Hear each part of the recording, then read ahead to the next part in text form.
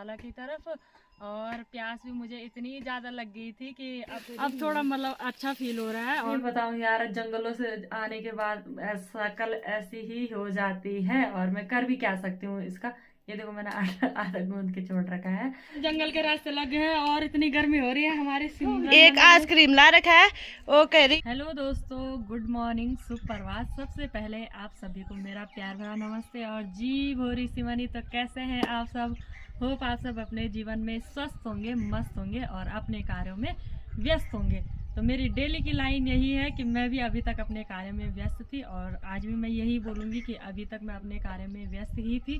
और गौशाला से मैं जब आई तो मेरे हस्बैंड जी तब तक उठे भी नहीं थे, और अभी तक भी उन्होंने नाश्ता नहीं किया। तो मैंने सोचा कि मैंने बोला आप नाश्ता कर लेना, बाद में मेरे लिए हो रहा है टाइम मिट्टी के लिए जाने के लिए। तो मैं मिट्टी के लिए जाऊंगी, इस वजह से मैंने उनको बोला कि आप नाश्ता कर लेना, पर पहले मेरा ब्लॉग स्टार्ट कर दो, क्योंकि आपको हर दिन अपनी जो जानकारी है वो देना मैं ज़रूरी समझती हूँ, क्योंकि ब्लॉगिंग कर रही हूँ तो जानकारी मुझे जितनी हो सके आपको देनी होती है। तो ब्लॉग मेरा स्टार्ट हो चुका है। मैं जा रही हूँ मिट्टी के लिए। मिट्टी के लिए मुझे जाना है गाँव से काफ़ी ऊपर, और दीदी नीचे से दीदी भी आ रही है एक, तो उनके साथ जाऊँगी मैं। दोनों साथ ही जाएंगे। उन्हें मुझे कॉल करना है अभी कि चलो चलते हैं। तो अब आगे का ब्लॉग कंटिन्यू करूँगी। तो आज के मौसम के बारे में आपको बताऊं मैं, तो पीछे मेरे पीछे आप देख ही रहे होंगे कि सूर्य देव सुबह ही प्रकट हो गए थे, और मस्त खिली खिली धूप के साथ हमारे दिन की शुरुआत हुई थी। अभी तक धूप जो है तेजी है। तो अब आगे क्या होता है, क्योंकि आसमान जल्दी जल्दी मतलब घंटे प्रति घंटे में अपनी करवटें बदल रहा है। अभी तक तो मस्त धूप खिली हुई है। तो चलो चलते हैं मिट्टी के लिए, और आगे का सफ़र आपके साथ शेयर करती रहूँगी। तो यहाँ पे मैंने ये जो कट्टा है ये और ये रस्सी और कुदाल ले ली है। मैं यहाँ पे दीदी का वेट कर रही हूँ। दीदी अभी आने वाली है, फिर चलेंगे हम मिट्टी के लिए। तो हम लग गए हैं जंगल के रास्ते। यहाँ पे हमारी दादी सास जी गौशाला की तरफ जा रही है, और दीदी भी आ गई थी। अब हम यहाँ से चढ़ाई तय करेंगे। धूप बहुत तेज़ हो रही है। जहाँ पे हम मिट्टी खोदेंगे मिलूँगी आपको सीधा वहीं पे। तो दोस्तों अभी हम पहुँच गए वहाँ पे जहाँ से हमने मिट्टी ले जानी है, और ये दो छोटी छोटी बच्चियाँ ये भी ले गए हैं मिट्टी भर के कट्टों में। और है तो छोटे छोटे, पर कट्टे उन्होंने ठीक ठाक ही भर रखे हैं। गाँव से हमने थोड़ा ही दूरी तय की, मतलब ज़्यादा भी नहीं है कम भी नहीं है, ठीक ही है।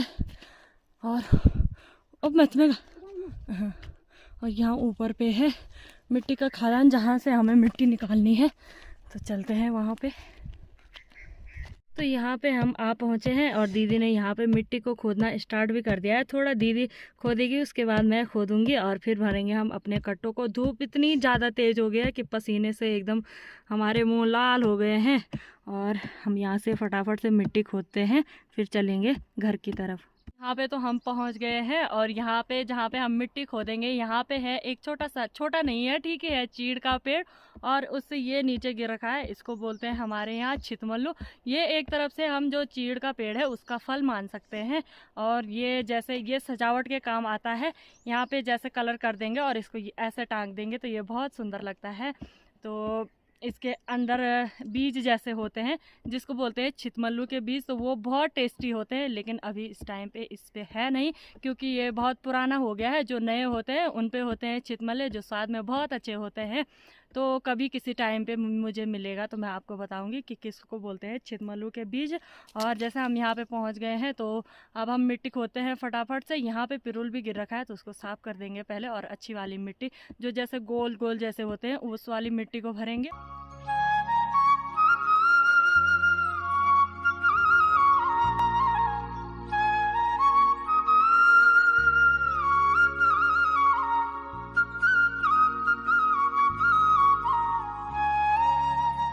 तो दोस्तों ये देखो, जहाँ से हम मिट्टी निकाल रहे हैं, मिट्टी खोद रहे हैं, इतना अंदर के लिए, इतना अंदर तक है ये कि गहरा टाइप का, और यहाँ पूरे नीचे के लिए जाना पड़ रहा है तभी हम मिट्टी खोद पा रहे हैं, ऐसे नहीं खोद पा रहे। ये देखो कितना गहरा है अंदर के लिए, और कभी कभी ऐसा भी चांस आ जाता है कि ये जो ऊपर का है वो नीचे गिरने का भी डर होता है, तो इस वजह से हम बाहर से ही खोदेंगे। और इतना हमने भर दिया है कट्टे में, अब थोड़ा और खोदते हैं। तो दोस्तों अभी हो रहा है दिन के 11 बजे का टाइम, और हम लगभग 10:30 के टाइम पे आए होंगे। आधा घंटा हमें मिट्टी को खोदने में लग गया, और हम दोनों ने ही कट्टे को भर दिया है। और अब चलेंगे हम, और हमने जो मोटी मोटी थे, मिट्टी के ढेल जैसे, वो भर रखे हैं क्योंकि हमारे यहाँ के मानते हैं कि वो अच्छे होते हैं, तो वो हमने भर दिए हैं। और यहाँ पे हमने भारी भी लगा दी है। कट्टा मेरा थोड़ा सा फट भी गया है और इसका मुझे डर है कि ये कहीं रास्ते में ना फट जाए। तो देखते हैं, आराम आराम से चलेंगे। अब चलते हैं आगे।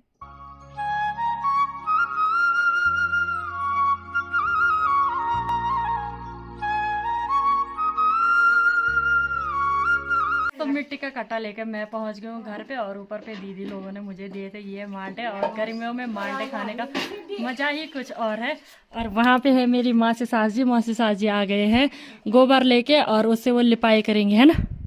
हाँ, और वहाँ पे है मेरे मिट्टी का कट्टा। मेरे सास जी ससुर जी वहाँ पे है, इनका मजा लेते हैं और मिलते हैं आपको बाद में। तो ये इन दोनों बहनों के लिए ला ना खा लेते, और एक मेरे लिए।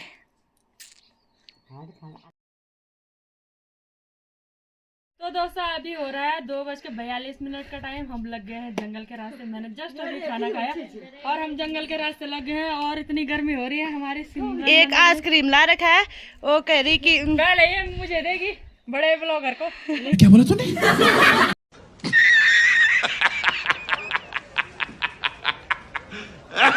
लेकिन मैं अपनी फ्रेंड को दूंगी। पहले आप। वे खा देंगे पूरा।